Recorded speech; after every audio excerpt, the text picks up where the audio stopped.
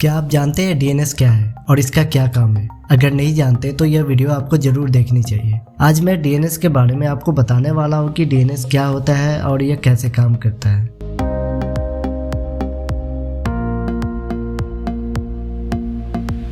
आज हम बहुत आसानी से इंटरनेट पर किसी भी वेबसाइट को अपने मोबाइल, टैबलेट या कंप्यूटर से एक्सेस कर पाते हैं, तो इसमें डीएनएस का एक बहुत बड़ा रोल है।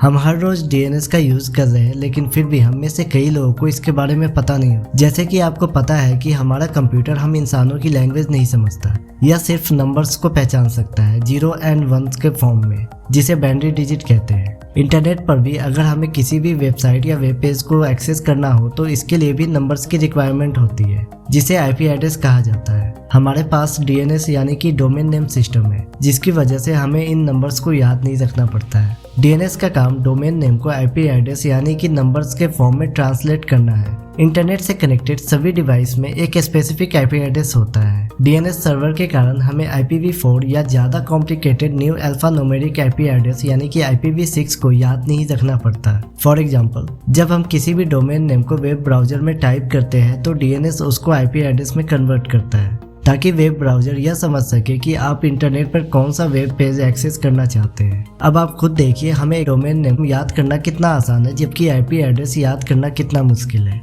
हर डोमेन नेम और इंटरनेट से कनेक्टेड डिवाइस को एक यूनिक आईपी एड्रेस असाइन होता है, जिससे पता चलता है कि वेबसाइट का कंटेंट कौन से सर्वर पर स्टोर है। डीएनएस ग्लोबली डिस्ट्रीब्यूटेड सर्विस है जो डोमेन नेम्स को आईपी एड्रेसेस में ट्रांसलेट करती है, जिसे कंप्यूटर एक दूसरे से कनेक्ट करने के लिए यूज करते हैं। डीएनएस नेम्स एंड नंबर्स के बीच मैपिंग को मैनेज करता है और एक फोन बुक की तरह काम करता है। इसे आप एक फोन बुक या टेलीफोन डायरेक्टरी या अपने मोबाइल के कॉन्टैक्ट लिस्ट से कंपेयर कर सकते हैं, जहां एक तरफ नाम और उसके फोन नंबर लिखे होते हैं। नाम को आप डोमेन नेम और फोन नंबर को आईपी एड्रेस की तरह समझ सकते हैं। ठीक उसी तरह डोमेन नेम सर्वर में भी डोमेन नेम और आईपी एड्रेस की इंफॉर्मेशन स्टोर रहती है, यानी कि डोमेन नेम कौन से आईपी एड्रेस के साथ मैप्ड है, इसकी इंफॉर्मेशन डोमेन नेम सिस्टम में स्टोर रहती है।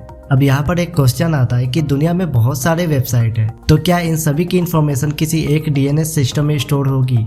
नहीं, एक्चुअली ऐसा करना डिफिकल्ट काम है और सेफ्टी पॉइंट ऑफ व्यू से भी सही नहीं है। जिस तरह से internet all over the world फैला हुआ है, ठीक उसी तरह से डोमेन नेम सर्वर भी कई सारे हैं, जहां डीएनएस इंफॉर्मेशन स्टोर्ड रहते हैं। यह सारे सर्वर्स आपस में एक दूसरे से कनेक्टेड है। अगर एक डीएनएस में इंफॉर्मेशन नहीं मिलती है तो यह ऑटोमेटिकली दूसरे डीएनएस के साथ कनेक्शन एस्टेब्लिश कर लेता है। हमें यह बात भी पता होनी चाहिए कि यह इम्पोर्टेंट नहीं कि एक डोमेन नेम के केवल एक ही आईपी एड्रेस हो।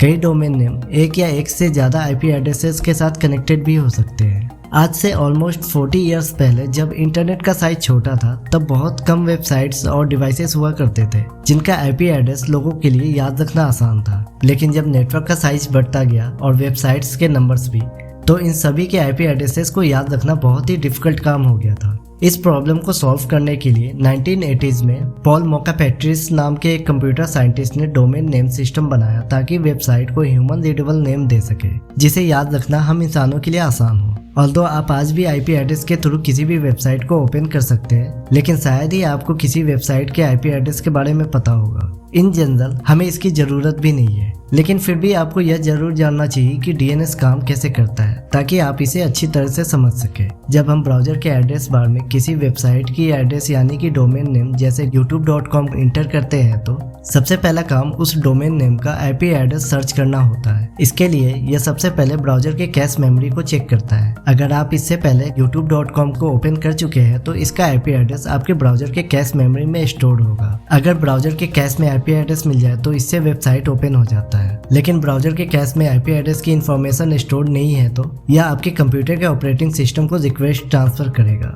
आपका ऑपरेटिंग सिस्टम इस रिक्वेस्ट को डीएनएस रिजॉल्वर यानी कि आपके इंटरनेट सर्विस प्रोवाइडर को सेंड करता है, और आईएसपी के पास सभी वेबसाइट की कैश होती है जिसमें आईपी एड्रेस का रिकॉर्ड स्टोर होता है। अगर आईएसपी चाहे तो किसी भी वेबसाइट को बैन कर सकता है, और उसे ये भी पता होता है कि आपने कौन कौन से वेबसाइट को एक्सेस किया है। अगर यहाँ आईपी एड्रेस मिल जाता है तो प्रोसेस यही खत्म हो जाता है और क्लाइंट को आईपी एड्रेस की इंफॉर्मेशन दे दी जाती है और वेबसाइट ओपन हो जाता है। लेकिन यहाँ भी आईपी एड्रेस ना मिले तो डीएनएस रिजॉल्वर से रिक्वेस्ट ट्रांसफर होकर रूट नेम सर्वर के पास चला जाता है। Root name server domain extension को चेक करता है कि ये .com, .org, .in जैसे एक्सटेंशन के बेस पर root name server top level domain यानी कि TLD सर्वर का IP एड्रेस DNS रिजॉल्वर को प्रोवाइड कर देता है। इस केस में .com TLD नेम सर्वर का IP एड्रेस DNS रिजॉल्वर को प्रोवाइड कर देता है। फिर DNS रिजॉल्वर कांटेक्ट करता है .com TLD नेम सर्वर से, जो IP एड्रेस प्रोवाइड करता है अथॉरिटेटिव नेम सर्वर का, जिसके पास IP एड्रेसेस स्टोर रहता है वेबसाइट का।